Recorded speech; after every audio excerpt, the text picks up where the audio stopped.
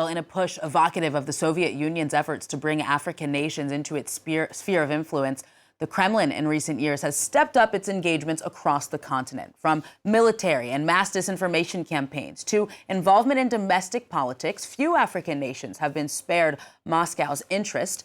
For more on this, Samuel Ramani joins me on set. He's an associate fellow at the Royal United Services Institute and the author of Russia in Africa, Resurgent Great Power, or Bellicose Pretender, a book on Russia-Africa relations published here in Europe in February. Samuel Ramani, glad to have you on set today in person. Great to be here. Thank you. All right, let's start by getting just an idea of how present Russia is. Do we know how many countries, for example, that the Wagner Group is operating in? So Russia has basically cultivated a continent-wide strategy towards Africa, and we really saw that from the 2019 Russia-Africa Summit in Sochi, when 43 heads of state visited Vladimir Putin and basically feted his leadership. The Wagner Group, however, is really targeting a select group of countries where there's autocracies, bad governance, and also mineral-rich resources that they can fund their operations in. So we're only looking at a handful, probably Libya, Central African Republic, and Mali, where there are currently active combat operations, and also a handful of other countries like Sudan and Guinea, where they're guarding mineral assets. So what is the Kremlin trying to achieve, do you think? Is it long-term political goals, or are we talking economic interests by exploiting some of those resources that you mentioned? So, I think it's a mixture of short-term and long-term goals. Obviously, the hard currency crunch that's come from sanctions has led to Russia paying a lot more attention towards minerals. And we're seeing, for example, the removal of gold from Hemeti's reserves in Sudan into the Russian central bank as some kind of a buttress against the Western sanctions. Also, gold and diamonds from African countries like Kar and Sudan are helpful in funding the Wagner Group's operations in Ukraine. There was an interesting report from the FT that showed $250 million land in Prigozhin's hands alone, and he needs $100 million a month at the very least to fund his army. So a lot of that is coming through. If that's his cut, he's getting a much bigger cut. But there's also some longer term goals at play here too. Russia's resurgence, as I argue in the book, really began in the mid-1990s, and they have a strategic commitment to reasserting their Soviet-era power status on the continent, albeit with much fewer economic resources. So in numerous former colonies, there's been a rise in anti-French, generally anti-Western, pro-Russian sentiment across the continent, exemplified even more with the war in Ukraine. 26 African nations, that's nearly half of the continent, of course, abstained from voting on that General Assembly resolution condemning Russia. Where is this resentment towards France and the West more generally coming from? Well, I think it's also a legacy of the perceived French and Western unilateralism over the course of the past decade or so.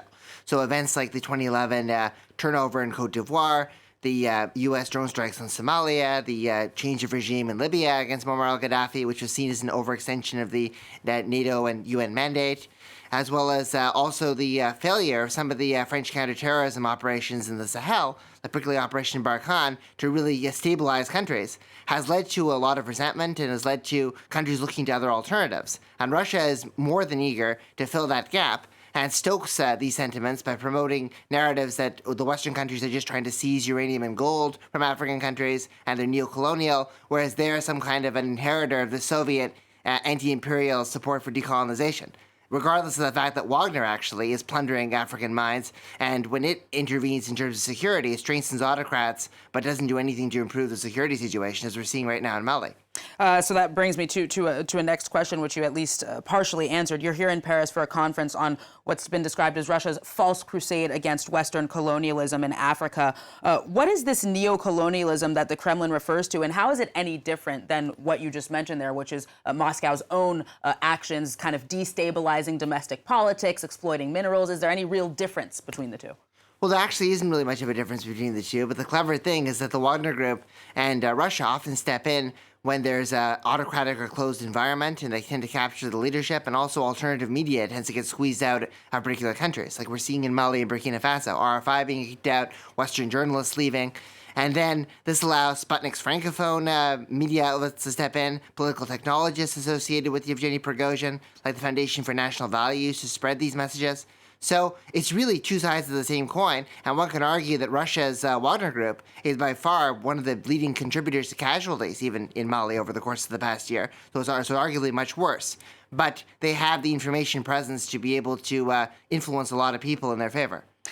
So even if there is certainly a lot of genuine belief that the Kremlin has Africa's best interests at heart, a substantial part of this sentiment is also a product of Russia's hybrid warfare tools in African nations. What does that look like concretely?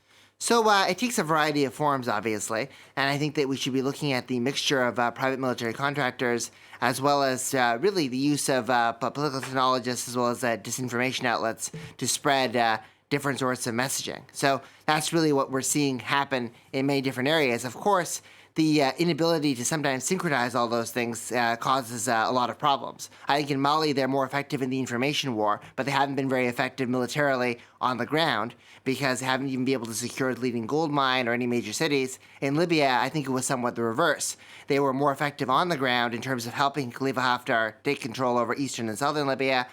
They got stymied in Tripoli, but when they tried to interfere in electoral politics, they saw their leading agent, Maxime Chouglet, get arrested. So in some countries, some hybrid tactics are more effective than in others, but in general, it's a mixture of PMCs, disinformation, and technologists. We talk about Russian disinformation all the time now, especially on the African continent, but something a lot of people will respond to is that the West also engages in propaganda in Africa and elsewhere. Maybe it's more subtle, but it's there. What's your take on that? Yeah, I think definitely, obviously, there is evidence of that. Like, for example, when Facebook took down the automated troll farms in Central African Republic, which showed that there was French and Russian competitions of narratives. And but I think in general, the West also is maybe engaging in disinformation, but also not doing enough necessarily to win the information war on the continent. Because Russian narratives are being indirectly supplemented and complemented in many cases by Chinese state media narratives. And Xinhua is opening up bureaus, for example, all over the place in the African continent. Whereas the United States and the United Kingdom, for example, like Voice of America, BBC, the state media outlets, their belts are being tightened in terms of finance. So there's a mixture of disinformation coming from the West, fighting fire with fire in a bad way, but not necessarily enough preemption of these narratives or even delayed responses to these narratives. Russian ambassadors can get their op-eds out in major papers about sanctions causing food insecurity, and the West doesn't even respond or responds months later. We just have a little bit of time left, but I think that brings me to a final question, which is what can the West do better to kind of win hearts and minds, and is that even in people's interest?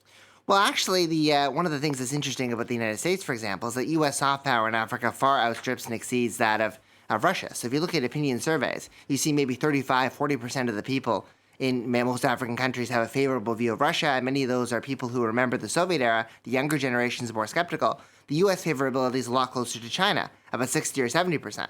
The U.S. governance models and educational system is viewed more favorably than either China's or Russia's. So it's clear that the soft power and the goodwill is there. The question is harnessing it through better communication, through avoiding unilateralism and avoiding, being more careful and judicious with the use of sanctions, and also really trying to preempt Russia's influence instead of just always trying to follow it. Samuel Ramani, again, author of Russia in Africa, Resurgent Great Power, or Bellicose Pretender, that book on Russia-African relations. Thank you so much for coming on set today. Thank you very much. It was great to be here.